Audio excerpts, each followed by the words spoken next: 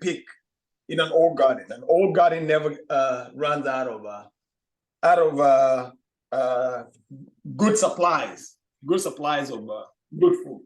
So anyway, so yeah, actually, it's a very good challenge because you have to challenge yourself to make things with what you have available. Got it. Okay, got it. Yes, indeed. So today is a beautiful day because we have some restrictions and but also we have some opportunities. Whenever you have restrictions, Bwana Macharia, very good to see you. Finally, we finally get you on board, man. Yeah, today is a great day. Wonderful. Yeah, we have a few other people coming in, and so Munene is in. Yeah, so Don will do the magic. So we'll take 1 minute to give everybody else a chance to log in, and I'll see whether I have my musical gadget here. And finally, I don't get it. It doesn't matter. It's all good. It's all good. We'll make do with what we have, and I think we have enough quorum. But we are not going to wait. But in the meantime, the biggest part I want is I wanted to give an update of the medicine that we were making, the herbal brew we made last time. If we don't do anything else, this is the bombshell today. This is the main course. But because I know several people told me that they're running a little late, so I'll give them a few minutes, see whether they'll be able to join us, and I'll hold on to this. But in the meantime, while we're holding on to that, I want to make an impromptu recipe that I'm making for my daughter, because my daughter is traveling tomorrow. So what I've done is I'm making a recipe based on what I can collect. Sometimes we have these ideas which is very colonial ideas, where we think that a recipe, you need this and this and this and this. That's why my cuisine is really anti-recipe in a sense. So I don't have recipes in my head that I'm going to make. I cook what's available in the most sensible way. And that's why this class I call food literacy, for you to be literate enough to whereby you don't follow other people's prescription about what you need to eat. Because the reasons why those people came up with that recipe has a lot of factors that you're not aware of. It's very contextual. In other words, you prepare a recipe recognizing what limitations that you have, but also what opportunities that you have. Is actually a balance of that. So simply because I see a Chinese recipe or a French recipe doesn't mean I need to replicate it. Or it might not necessarily make sense to replicate it. So for that reason, I make the recipes for what we're going to cook as I go, based on what I have. A good example, in the backyard, which we'll actually have a class outside soon, I went there and foraged these greens. And in these greens, I have some of these onions that are what we call scallions. Some people call scallions, but they are stick onions, right? In Kikuyu, we call it itogrushi mashani. Then, in addition, I have dandelion from the backyard. So that's the dandelion. Then I have sorrel, which is this type of green. This lemony taste, has a lemony taste. And then these are the volunteer vegetables dinosaur killed from the last spring. You'll actually see, I'll actually show you the seeds. This plant is already seeding. Some of the dinosaur killed is from the last season, is already seeding, but it still has a few vegetables there, okay? So I picked some of that. So those are things that I got from my backyard. But I also got some spices that I call the herbs, and these are the sage, and I have lemon thyme. This lemon thyme from the backyard, right? Now, that's what I have. But now, what do I add from outside? From the last class, you remember we cooked a part of the butternut squash. So this butternut squash is still in the fridge. So I had it. So this is from the store. But I also have celery root here. Okay. So I have celery root. I have a piece of onion here that was left from the last class. We have a quarter of the onion. We've been cooking this onion for four dishes. Every time we cook a quarter of the onion, of the red onion. So we have that. We add that. And then I have lamb. This is organic pasture-raised lamb. Okay. And that's the organic pasture-raised lamb.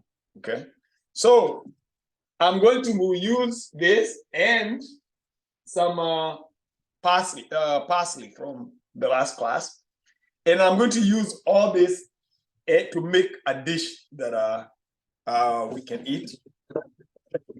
And for this last couple of classes, I'm really interested in making soup, things that I can eat as a soup, right? In spring, and spring is a good time to eat a soup. You know, I love soup. I love salads in the spring. Soup's more in the fall, but every now and then I vary my cooking. I don't just cook the same thing, rice, this. I mix things in different ways. So one of the things that I want to make here is a soup. We put this in.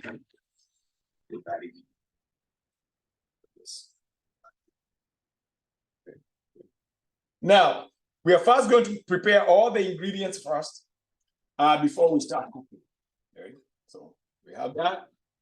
I think I've heard of you. You're a soup chef. The biggest preparation here is to peel the celery root, peel it, and then grate it. Okay? And we are going to grate the celery root and grate the butternut squash. And once we do that, we'll start the process of the cooking. So get all your ingredients first. Don't prepare them as you go. It's cooking, and then you need to chop this. Chop all the things that you need to chop, and then start the fire then. So, okay, so I have the grater here. And I have the onion. I have the red onion here. Just remove. I had washed it, so all I have to do is cut the dry part. And all these waste peels, I make compost with it. So in the next class, one of these classes, we'll go back in the backyard and you see, I'll talk about the process of building soil. And I'll share my journey towards creating my own soil. I don't know whether you're aware of the fact that in the US, if the home building company buys land to build a house, the first thing they do is cut all the trees or majority of the trees on the property, on the land. And they sell those trees for wood. Then the next thing they do is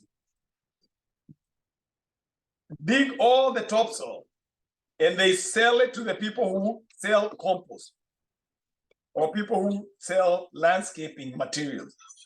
So they then build on that land that has no topsoil on it.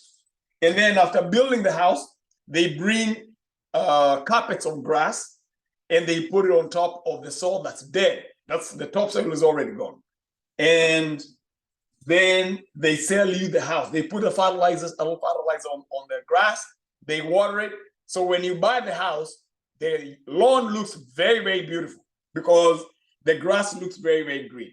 But soon after that, you realize that soil is so poor. You have to literally add fertilizer every single year.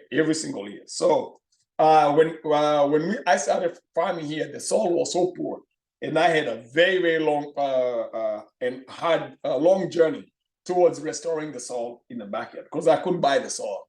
And the back, there's no space for the truck to take the soil back there. One, two, you don't know whether the soil that you're buying also that where they came from, whether it comes from a place where the land was low-lying area where agricultural flood water from up high elevations was bringing contaminated water into that area. So I had no choice. In fact, it's probably a good thing that they took all the soil because I had to make my own soil. That's a story for another day. So we first grate about 1.5 cups of the celery.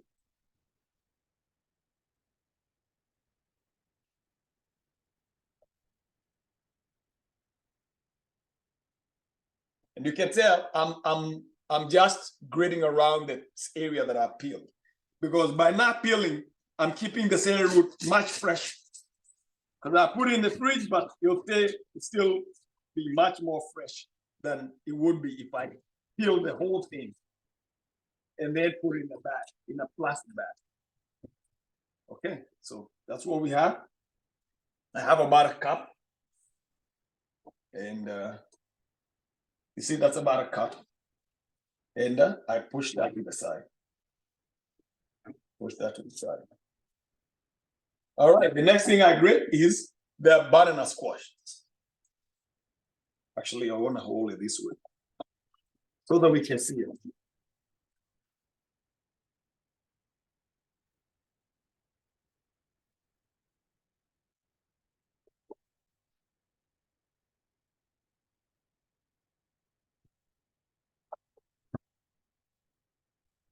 Yeah.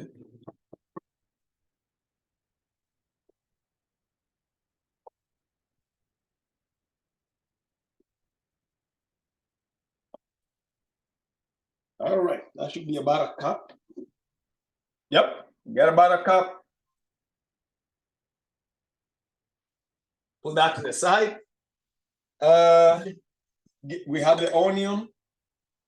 We get the greens going. The tips of the greens. You need all these tips. Not everything. Why do I not have?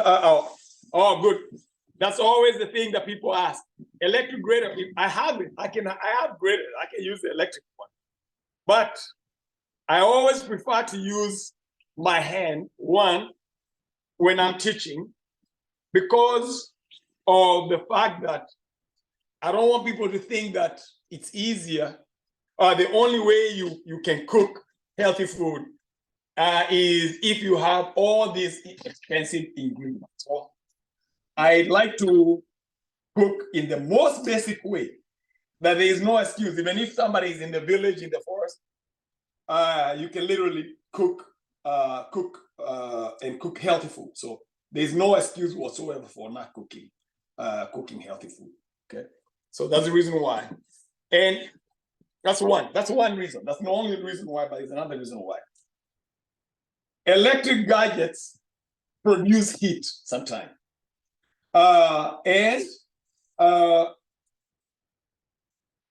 If you get used to cooking using electrical stuff, like Vitamix, I have a Vitamix here.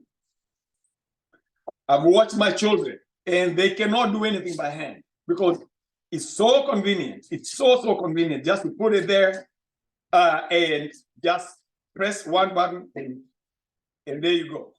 But some of the revolutions in that Vitamix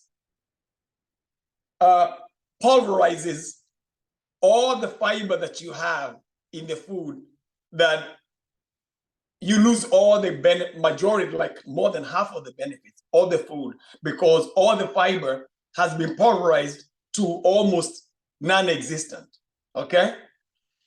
But when you eat the food when it's not nearly as pulverized, then you get more nutrients, you get more fiber. So just consciously, I try to use basic means that maintain the vitality of the food to the highest degree. So for that reason, I mostly use my own hand. And it's just something I also enjoy, something that's healthy. And so on so many accounts, it makes sense for me to use my hand. That's number one. Number two, that gadget I take, that's water that I have to use. So I also do that calculation too in my head. So these are the tips of the parsley too. So I'm adding the tips of the parsley here. So when I do all the math, it doesn't make sense for me to pull this whole gadget, put it here, wash this thing, just simply because of something I could have just blended. Okay, so all the little work for me to waste water, electricity, and energy, and time, it doesn't make a lot of sense. And finally, think about it. My children say, oh, let's use the vitamins. And I ask them, does your mother go to the gym? Yes. So you go to the gym and you do all these exercise, but yet you find this inconvenient for me to just use my knife or to bend and to grate, okay? So when you do all that math, it doesn't make sense. A lot of these electrical gadgets doesn't make sense. So that's why I love the kitchen. I'm not in a rush to go anywhere. Right? This is the time for me to think about food and such. Okay. So here we are. I hope I answered your question. I want to chop a few leaves of sage.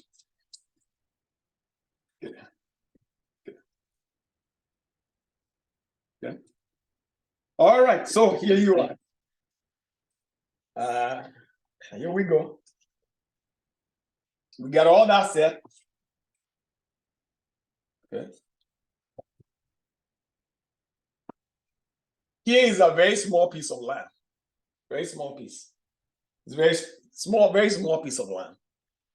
I'm only going to use a third of this. I can't even use all of it. Okay. I'm going to use a third of it. So barely a third. I think is just 20% of the piece of meat here. Yeah.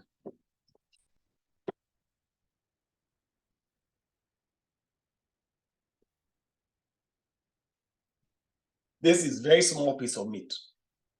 It's very small piece of meat, relatively. So I'm going to turn the heat on. I'm going to have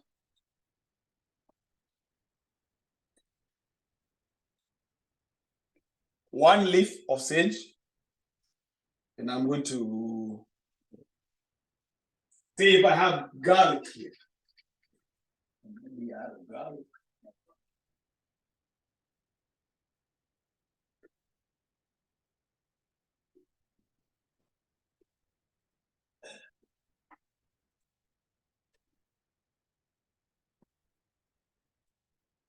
Oh yes, I have garlic. So I'll crush a piece of garlic, and I'll also keep a piece of tamarind. I'll have two pieces of tamarind. So first thing is crush the garlic on the edge. Remove the dry matter.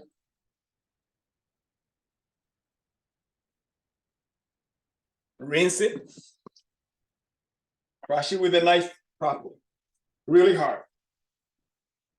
Set that to the side, as well as a few twigs of lemon thyme, okay?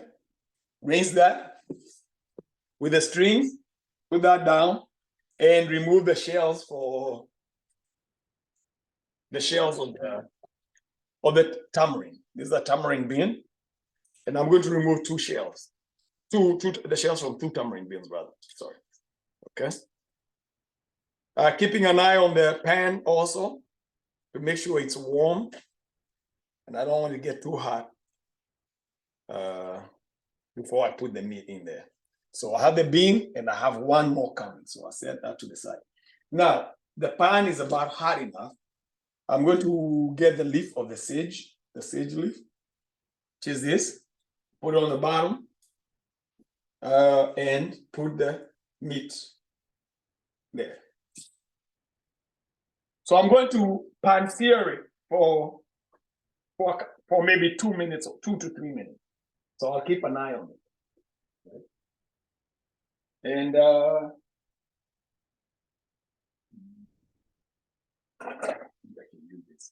can use this bucket. All I have to do is just wait on it. There's nothing. There's nothing to it. Just wait for it to get brown on one side, on both sides, and then we'll proceed to the next step. So in the meantime, I'll remove the shells from the other bean. I want to make a sauce with this.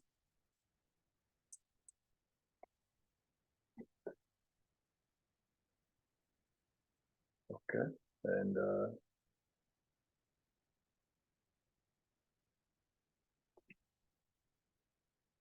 okay. Oh, good. So we have 2 tamarind beans, and we have a pot of water.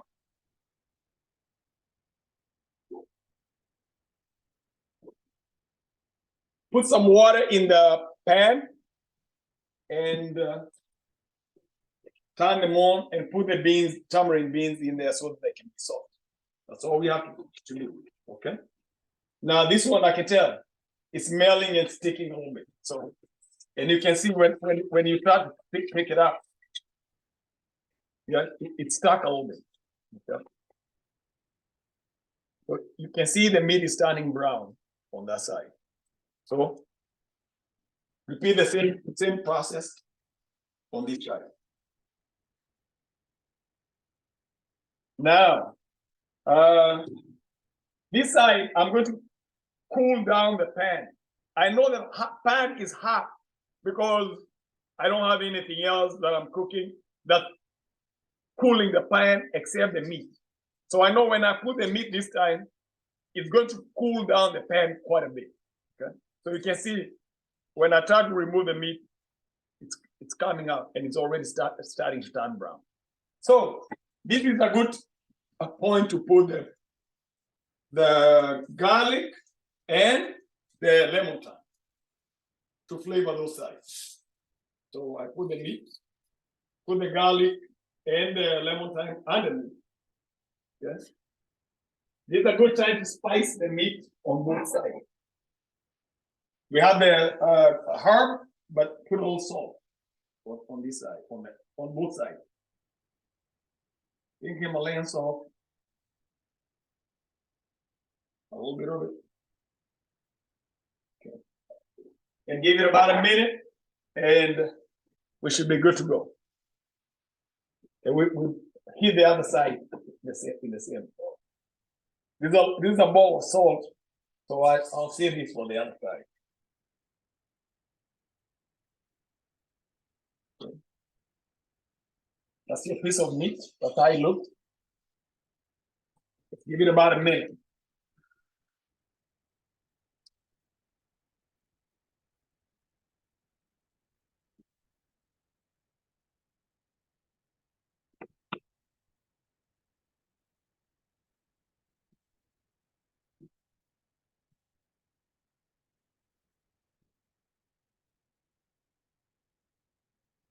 Okay. Move this stuff out of the way. And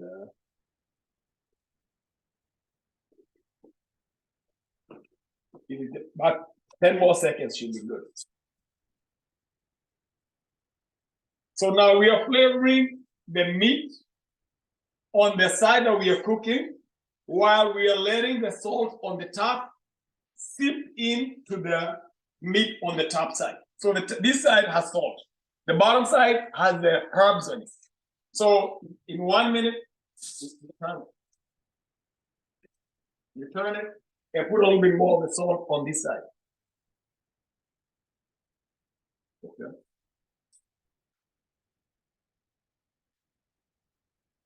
30 seconds on the other side will be plenty. Excuse me.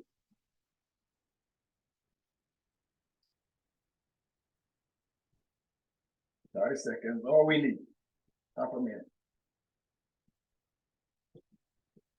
while the salt is the liquidy part of the on the bottom part is deglazing the pot. The salt that we just put on the top, on the upper part, on the top side now, is removing more water from the meat. Okay, let's see. Just turn it one more time, and just press it for another maybe 15 seconds. And this is, you don't even need to count the time. Actually, time is very, very colonized way of thinking. My grandmother was not thinking that she's cooking for 30 minutes or 10 minutes long. She just knows when it's done. You look at the color, it will tell you. I can look at the way the glazing is going on, and I can tell that, you know, I'm almost getting to the tip of it. So I don't need to cook it anymore. I set it on the side. I put the meat on the board, and then I cut across. I cut it into much smaller pieces. Okay, you turn the heat on. For a minute. So I'll cut the piece.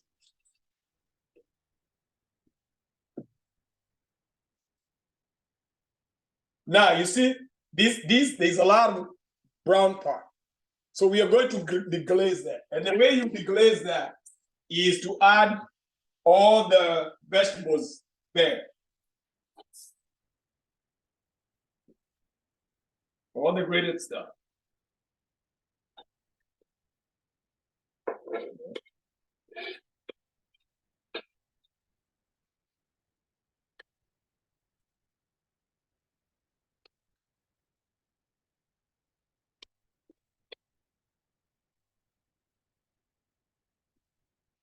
Okay, so there it is. Put all salt in it.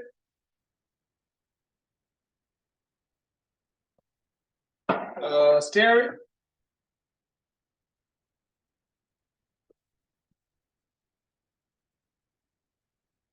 Stir it.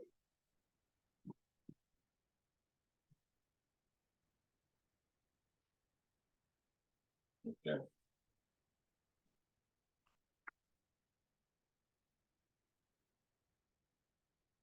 All right. Look at the meat that was burning.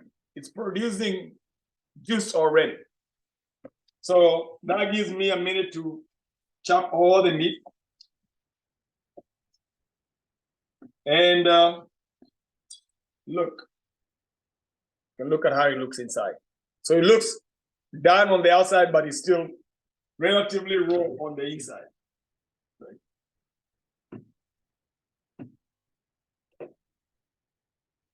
Turn the water off for the tamarind, and we chop this into small pieces of meat. So I have the strings, but now chop it into much smaller pieces of meat. In other words, cut along and across.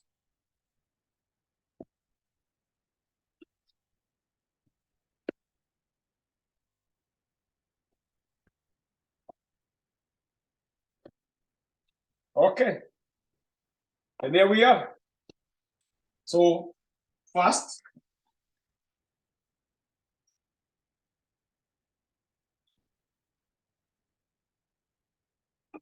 now we can add the meat in there.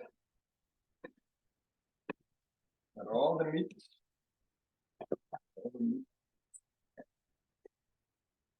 Stir it for 1 minute. First, stir it.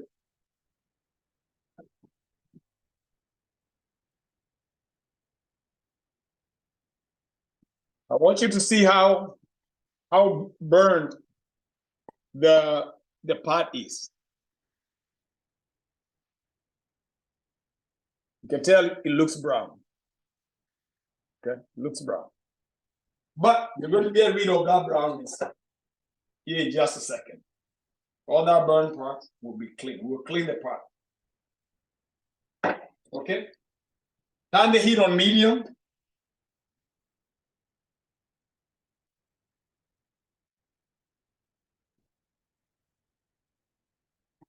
Turn the heat on medium, and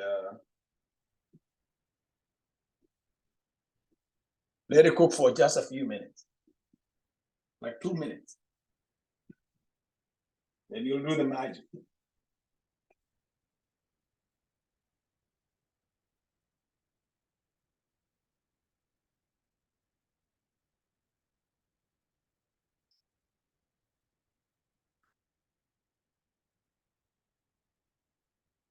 We haven't added any water in the food. We haven't added any water. We haven't added any oil. Another big scam that we've been socialized to believe that nobody cooks. I know when I was in Kenya, even here, nobody cooks without oil. You know, if there's no oil, people feel as though they can't cook.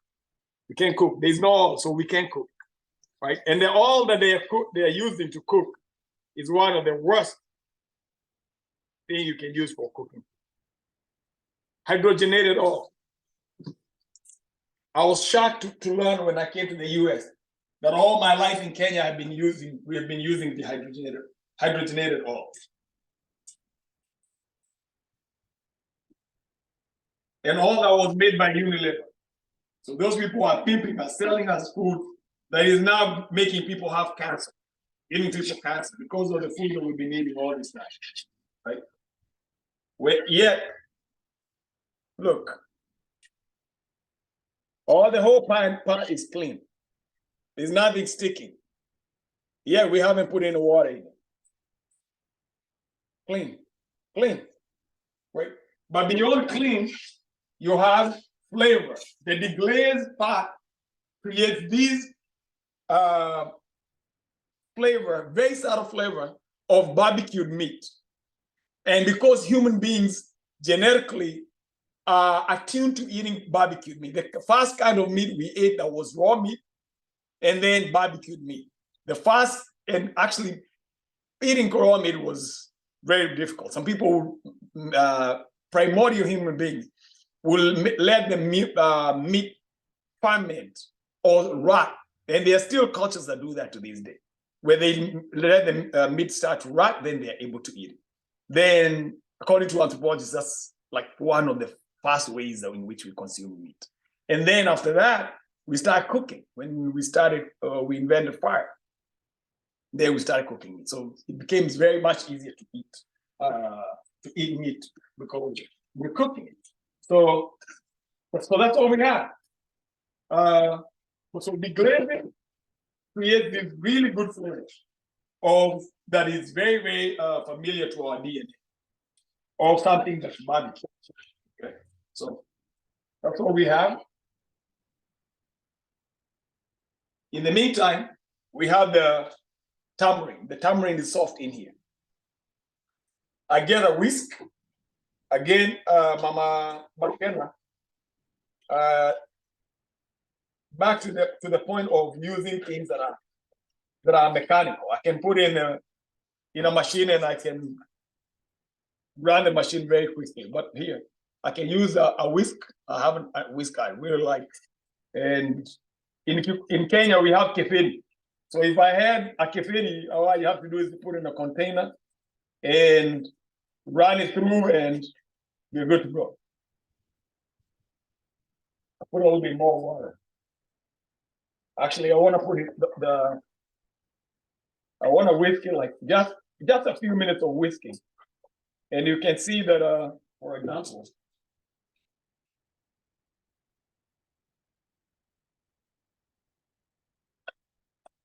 you can see how it looks already. Just whisking, just a few seconds of whisking.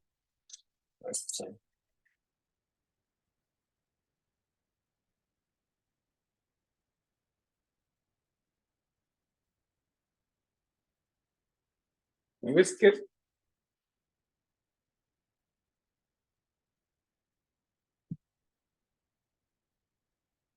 And that should be good enough.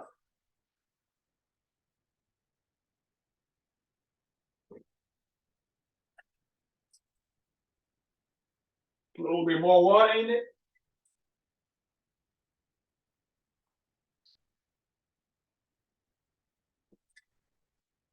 And I can whisk it some more because it's still very soft. So as we go, okay? But in the meantime,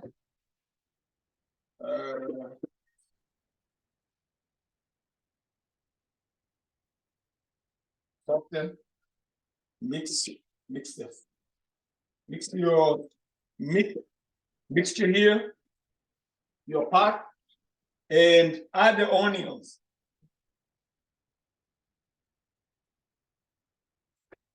In this soup, I want the onions to be just barely soft.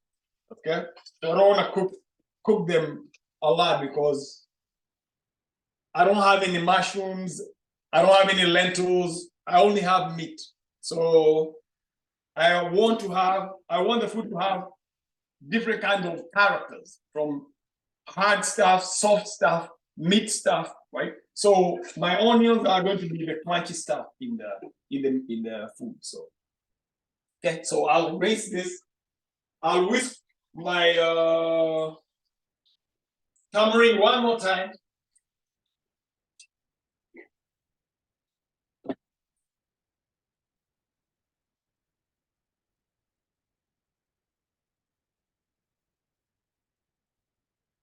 All right. And the soup is done. I'm done with the soup. I'm done with the cooking. No more cooking now. All I need is maybe barely 3 minutes. And to boil this, probably take 3 minutes to boil this one. 3 minutes and we'll be done. I still have some lemon thyme, so I'll remove the leaves and add it to the. Okay.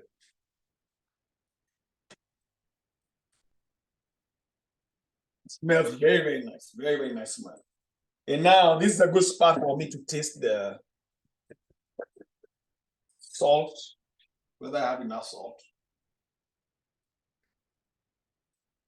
Nope, not enough salt, because obviously I put a lot of water, quite a bit of water. And also some nutmeg. I have some nutmeg and some yellow mustard. Some yellow mustard.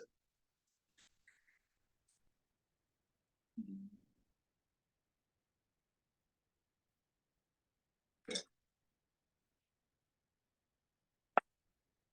Just stir that and move.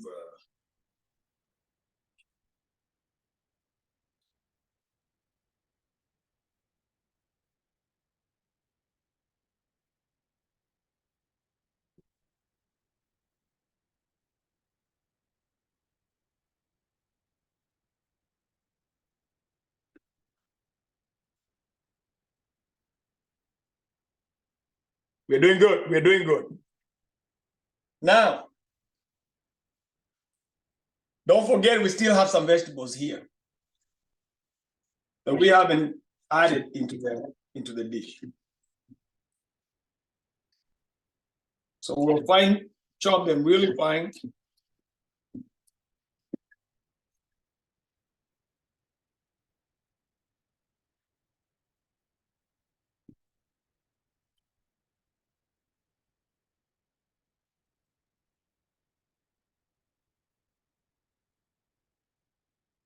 All right.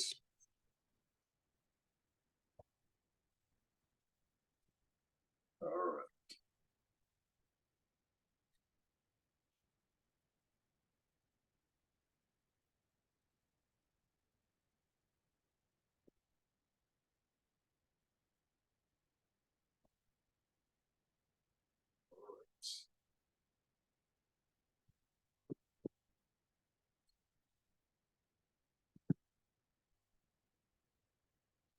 Three minutes is over and the food is done.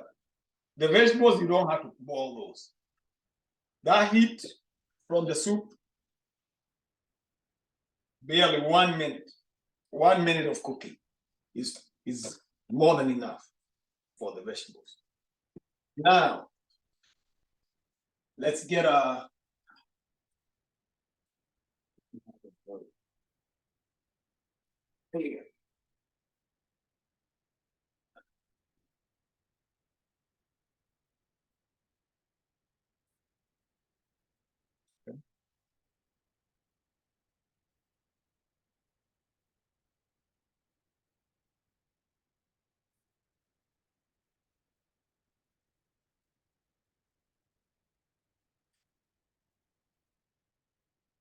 Okay. I have my bowl here. See what I can turn. That's how the bowl soup looks like.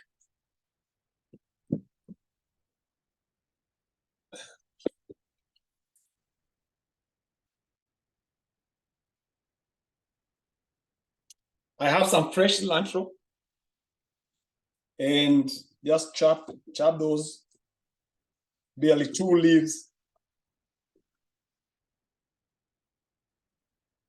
And we are set to go.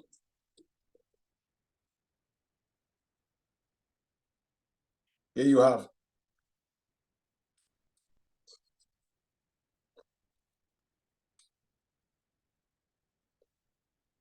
Now the onions are crunchy.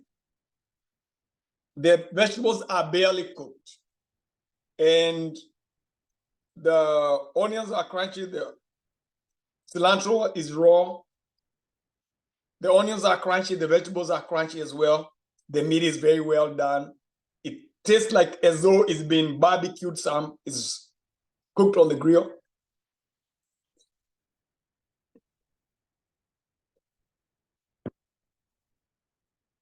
We have no oil. There's no oil that's cooked. So I add a touch of oil, olive oil.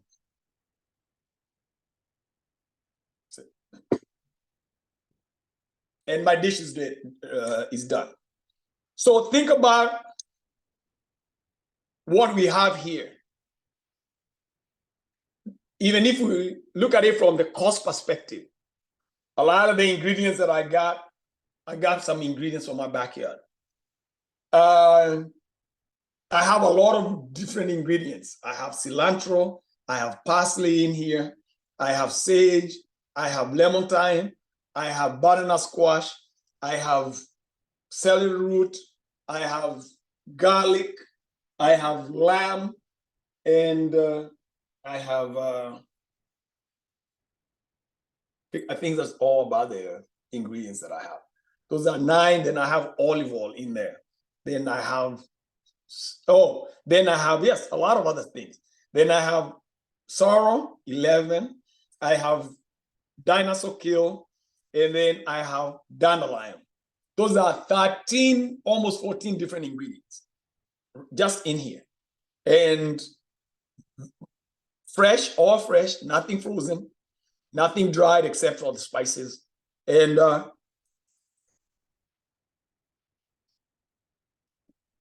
just one bowl. I don't even need to tell you about the calories. What calories do I need? Am I counting here? There's no counting of calories here. In terms of nutritional content, very, very superior. How many times do we eat a dish that contains 13 or 14 different ingredients, all fresh, all organic? So that's the soup for the day. And this is something that's very, very hearty. But I can have it now for brunch.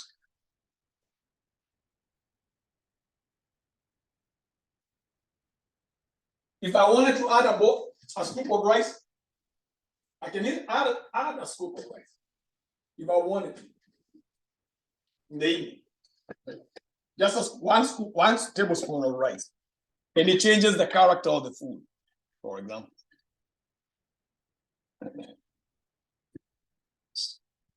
Just 1 tablespoon of rice.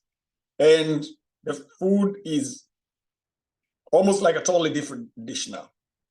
Yes. So with the rice, without the rice, still very, very tasty.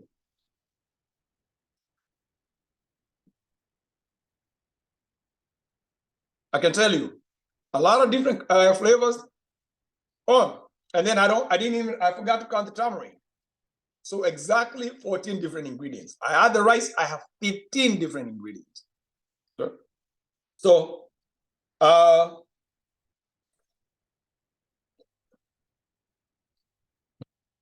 and that's a dish that we prepared based on what we have. Some of the leftover ingredients that we have, the last time we had shopping, and we are good to go. All right. So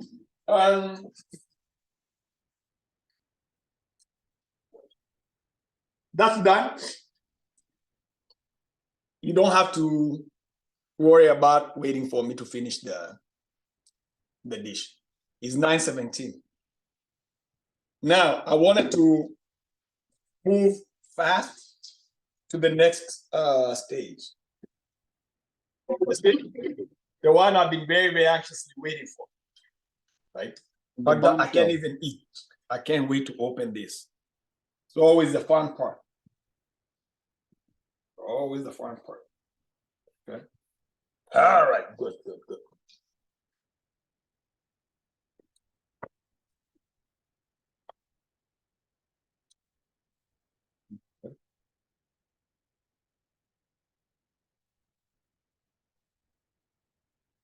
Mm-hmm.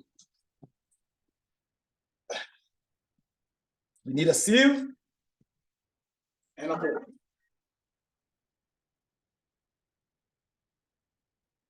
The sieve is here. This is what we made on Monday. Okay, so you can see it's separating. Some things are, some of the heavy stuff is going to the top, and we have, you can see the liquid on the bottom. So I'll shake it so that I can be able to see it better. That way, when I bend it, all the solid stuff is not coming out. Right? I want to have a little bit more of the liquid. Oh yeah, I forgot. Oh man, I'm saving the magic. I'm spoiling the magic. So hopefully you can hear it. Okay, you can hear it. You can hear it busting the all the pressure in there. Okay.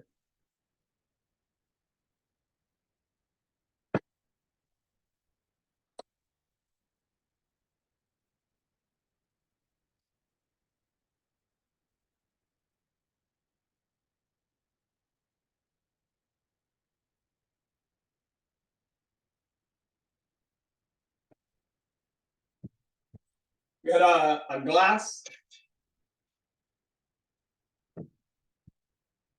My medicine glass. Sorry. I'm just a little bit more.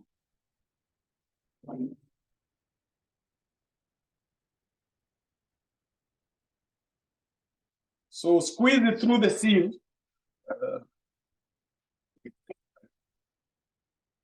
Squeeze it through the sieve. And this is always, this pulp. Put the pulp back there, back into the mix. Yes. Don't make the mistake of throwing the pulp away because it still has a lot of active ingredients. Okay.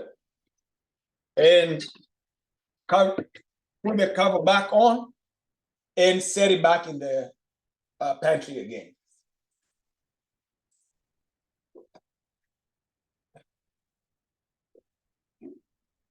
And here we go.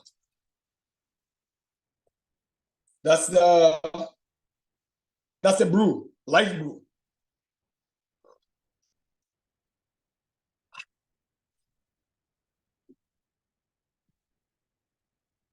Tastes like magic.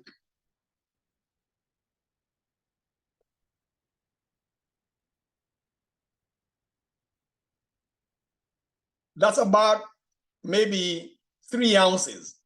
3 ounces is enough for me to have a dose. And that stuff does wonders to your liver. And amongst other things, it's a very, very good, very, very nutritious brew.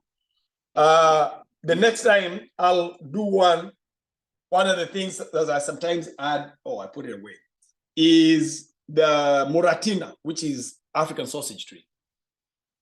And I have a piece of it. Next time we'll brew one with it in there. But this time, the most active ingredients I did was burdock and the leaves of mudhega, which is a very medicinal tree in Kenya. And even, especially after eating something with meat and fat, man, that cleans my mouth and leaves a very, very, very beautiful aftertaste in it. It's like having black pepper, a little bit of black pepper, a hint of pineapple and banana, but in my mouth, and a little bit maybe of cinnamon. Very, very good flavor in my mouth profile from the stuff. And again, you remember the ingredients that we had here. We had organic mango, we had organic ginger, organic turmeric, moringa leaves, and tamarind beans in there, manuka honey, and lemon. 7 different things in here, and that's the second day, Monday. So Tuesday and Wednesday. So tomorrow will be the day that I think it will be fully brewed. But I taste it as I go along to see if there's any adjustments I need to make. But sometimes just to be nosy and to find out, because I can't wait. Sometimes, and I learn every time I try some, it seems to trigger a thought of how maybe I can add or what I can take away and such. So, hey, so that's today's class.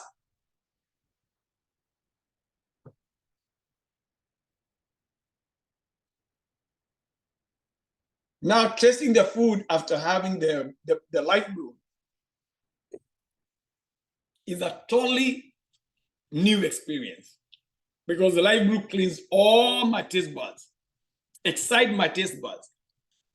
And when I took this, the second spoonful, it almost tastes like it's a new, different kind of dish that I'm eating. I can taste the tamarind a whole lot better now. My taste buds are fully excited, and they can taste some of the most nuanced flavors in the food.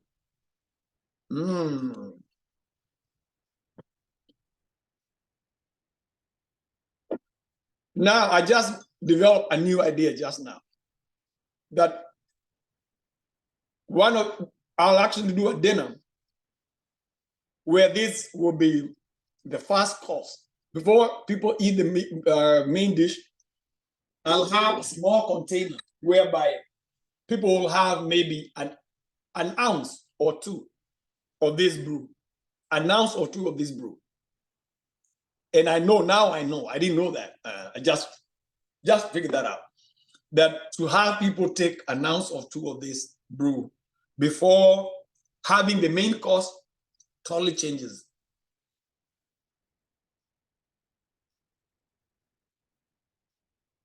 the experience of food. And I gotta bring it here. So the final thing I want you to think about when we talk about decolonizing food is because we eat as though we are slaves. We are in a rush to eat. That's another part of the reason why I don't want to cook with machines. Why am I rushing? What is it in life that's so important that I have to do, that I have to sacrifice my time to eat? The reason why all work happens is so that people can eat at the most basic level.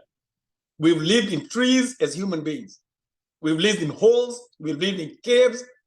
We've lived in thatch roof shacks. We've lived all kinds of ways. But during all those times, regardless of where we lived, we ate just food. In other words, the most irreducible minimum is first eating just food. Because it doesn't matter how big the house you're living in, whether you're living in a skyscraper, whether you're living in a hole, whether you're living in the sea, if you're eating bad food, you're headed straight towards what we call death worship. Okay? So we cannot compromise food. So anything I can do to enhance my food experience, to that degree, I'm wealthy. I'm getting richer. So if I'm improving my food every time, then I'm getting wealthy. Okay? So think about it. If we price this honey, Manuka honey costs $60 for this, $60. Now all of it is gone. I use over half of it. Matter of fact, I forgot I put some of the brew in here when I was shaking. I was shaking to get all the honey in there. So I took about half of it. Then calculate all the other ingredients that's in here. This is more expensive than most wine. The average bottle of wine cannot even come close. I can get a bottle of wine for 20 bucks. I can get a bottle of wine for 30 bucks. Oh man, that's like on the above average wine, 30, 40 bucks. That's the average, above average, right? But this is more expensive than that. And I'm not even talking about my work. I'm talking about just basic ingredients. Then when I put it in, if I add the work, then man, it goes way, way over the range, okay? But yet, we are so socialized that unless you get served wine, or the most expensive thing, or the most ideal thing, like the ultimate way to enjoy your dish is to enjoy food with wine. That's French, totally French. You eat food and you drink a glass of wine, right? We just decolonize that. You can eat your food and just enjoy a very, very nice sip of food brew. It will make you drunk, doesn't give other people money, it doesn't build other people's culture, you build your own. And we start a new path towards just food. Okay, I got 2 minutes. I've talked enough. Any minute, I see somebody has a question. Okay, why don't you use, thank you, Chef Kabui. That's I used your recipe to cook organic squash, green beans, and pasture-raised organic ground beef for my teenagers yesterday, and they loved it. Kudos. That's what I like to hear.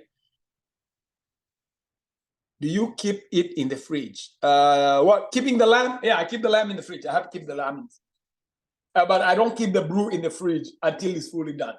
Once it's fully done, I'll sieve it and put it in a bottle. I have decanter. I don't have it. So I might put it in this. I might put it in this if I'm going to serve it quickly, or I might put it in the same bottle. I'll sieve it, get all the pulp out, and then put it back in here and store it in this bottle. I love this bottle. Okay, I love this style bottle. And glass. I always store my stuff in glass. Glass. All right, and then I'll take the pulp and I'll make another fermentation using that pulp. Okay, so I might make 2 or 3, because man, that's very potent stuff. It's potent, it's expensive, it's a lot of work, and it's also sustainable. I don't want to just be wasteful. Yeah. So that's what I do, because even if the next batch is not very strong, it still does have some strong ingredients, some active ingredients that's very healthy for your body. And yeah, so it's just a good thing. And it's just something that I want to have as a practice, cultural practice, that all the time I have stuff that's brewing, right? In my class, I say you either have soaked beans or soaking beans. If you're not eating well. That's always my rule. I always have to have beans that are soaked or soaking, so that in case something happened and my time schedule gets out of whack, I can just put those beans, and in 20 minutes, I can be out of the kitchen, or 30 minutes, even if I need to. But I try not to rush in the kitchen if I don't have to. Any other question?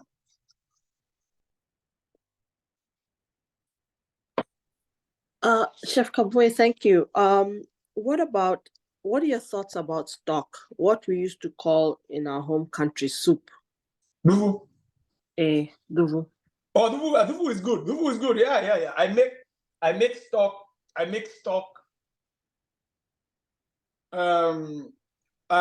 There's a farmer. I'm happy to connect you with a farmer.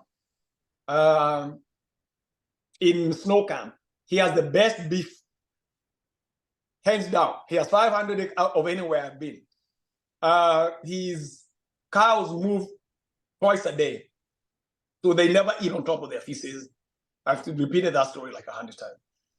They don't drink water from the pond, so they don't drink from city water. Every paddock has a self-watering system where the cows go and they press and the water comes out. When they raise their head, the water stops coming out from the well water. So very clean meat, right? And but I'm not big fan of beef, but for his bones, I know. And he raised a very special type of cow called Red Devil. Oh, that's a Red Devil mixed with some. But he was the first person in the US to have full blood Red Devil. Somebody did a PhD thesis, and they went, I don't know how many, I can't remember how many countries they went to, but they tasted all kinds of meat. And using these parameters, they came to the conclusion that Red Devon had the best tasting meat. So Dr. Sidno, he's a very, very well-educated doctor. He's retired. By the way, he's 80 years old. I always ask people, how old do you think this guy is? But it's like 65 or something like that.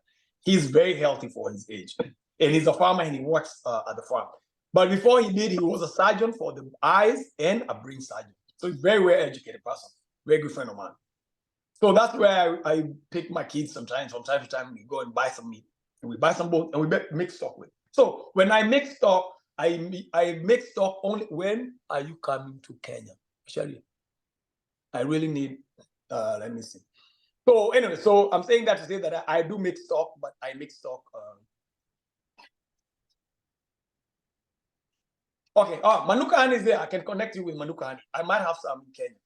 I send seeds, I send Manuka honey. Oregano, there's some things I always send because I think we need to have in that. So I'm answering two questions at the same time about my chariot before we run out of time. But cows, I can tell you about where to get some of the best bones. That's what I'm saying. But I only make enough stock to use like in one cycle. Some people make the stock and they freeze it and they keep. No, I don't. It's not a good idea. Is always best to use everywhere possible. Use live ingredients, and when you freeze stuff, then you lose a lot of the goodness out of the food. Right? And that's why this lamb comes from very far. Comes from Australia. It's very expensive. It's not very sustainable. But we don't have organic lamb locally, and lamb is the best, most appropriate meat to eat for our evolutionary past. The body processes lamb in very, very differently than it processes other food. Okay. All right. So thank you. Thank you. Yes, somebody said end of recording or something like that. Recording ending. Yes. Okay. So we're good. I look forward to seeing you for the next class next week, and enjoy the rest of the week. And Mashari, I'll give you a call in a minute and we can catch up briefly. Everybody enjoy the rest of the day. Thou, chef. Thou, don't die.